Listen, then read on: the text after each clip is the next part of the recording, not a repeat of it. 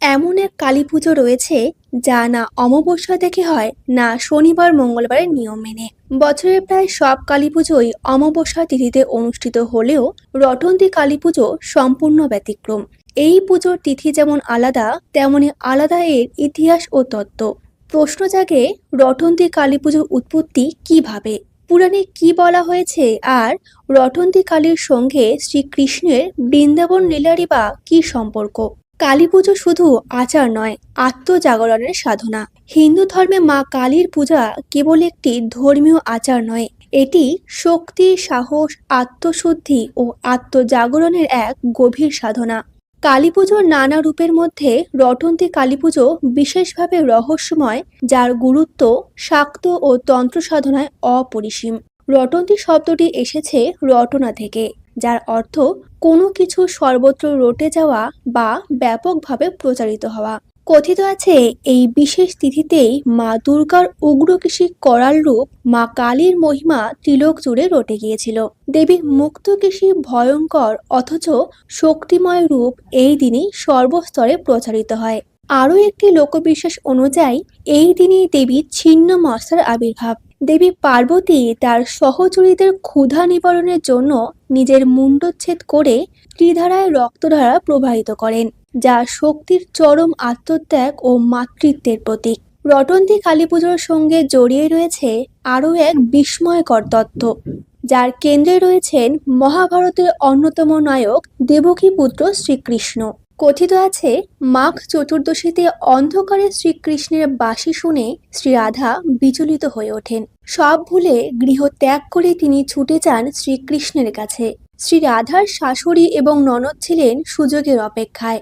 শ্রীকৃষ্ণ ও শ্রী রাধাকে একত্রে হাতে নাতে ধরে আয়ান ঘোষের কাছে ছোট করবে। তারা কুঞ্জবনে শ্রীকৃষ্ণের সঙ্গে শ্রী রাধাকে কাছাকাছি আসতে দেখেন। আয়ান ঘোষকে এই দৃশ্য দেখানোর জন্য তাকে ডাকলেন তারা।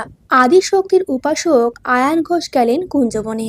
অন্তর্যামী কৃষ্ণ সবকিছু বুঝতে পেরে নিজেকে মা দুর্গার উগ্রকেশী করাল রূপী মূর্তিতে বদলে ফেলেন।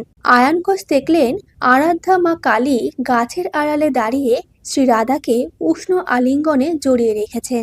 আর এই দৃশ্য দেখার পর আয়ান ঘোষ বাকরুদ্ধ হয়ে অঝরে কাঁদতে লাগলেন। তখন রাধার সম্মান আরো বেড়ে গেল তার কাছে। তিনি এই সংবাদ রটিয়ে দিলেন সব জায়গায়। সেখান থেকেই রটন্তী কালী পুজোর প্রচলন বলে অনেকের বিশ্বাস। তাই বৈষ্ণবদের কাছেও এটি একটি বিশেষ তিথি। সব কালী পুজো অমাবস্যাতে হলেও রটন্তী কালী পুজো হয় চতুর্দশীতে। আবার কলকাতার দক্ষিণেশ্বর কালী মন্দির ঘিরেও রয়েছে রটন্তী কালী পুজোর এক গভীর বিশ্বাস। জনশ্রুতি অনুযায়ী শ্রী শ্রী রামকৃষ্ণ পরমহংসদেব বলেছিলেন, রটন্তী কালী পুজোর ভোরে তিনি দক্ষিণেশ্বরের গঙ্গায় স্বর্গ থেকে দেবতাদের স্নান করতে নামতে দেখেছেন। এই বিশ্বাস থেকেই আজও বহু ভক্ত রটন্তীর ভোরে দক্ষিণেশ্বরে গঙ্গা ঘাটে পুণ্য স্নান করেন।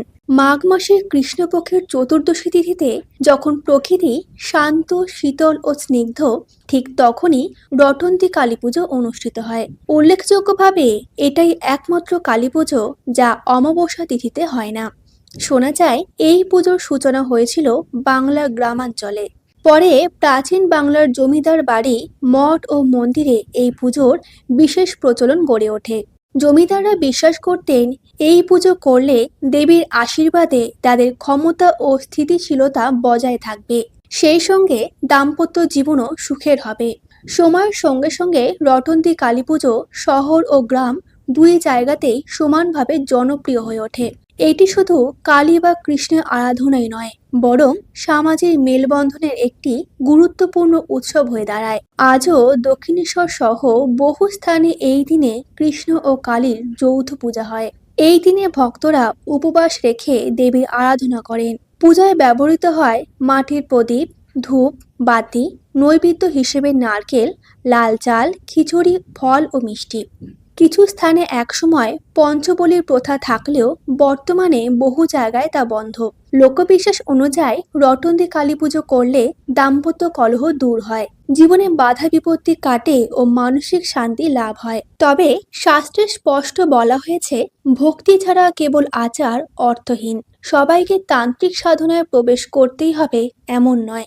মা কালী ভক্তির মা, সাধারণ ভক্তেরা এই রাতে শুধু পরিষ্কার পরিচ্ছন্ন হয়ে একটি প্রদীপ জ্বালিয়ে মায়ের নাম স্মরণ করে আন্তরিক প্রার্থনা করলেই মায়ের আশীর্বাদ লাভ করতে পারেন।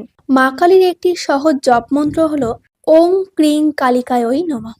দেবী রটন্তী কালী ভয়ঙ্কর নন, তিনি আশ্রয়দাত্রী। মা কালীর ভয়ঙ্কর রূপ আসলে অজ্ঞান, অহংকার ও অশুভ শক্তির বিনাশের প্রতীক। ভক্তদের জন্য তিনি চিরকাল করুণাময় ও রক্ষাকর্ত্রী।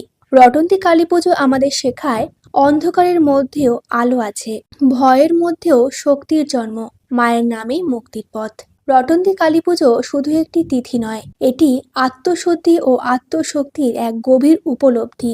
এই পবিত্র রাতে যদি আমরা কিছু সময় মায়ের নাম স্মরণ করি, নিজের ভিতরে অন্ধকার দূর করার চেষ্টা করি, তবে এই পূজার সার্থকতা। জয় মা কালী। মা আপনার ও আপনার পরিবারের উপর সদা কৃপা বর্ষণ করুন।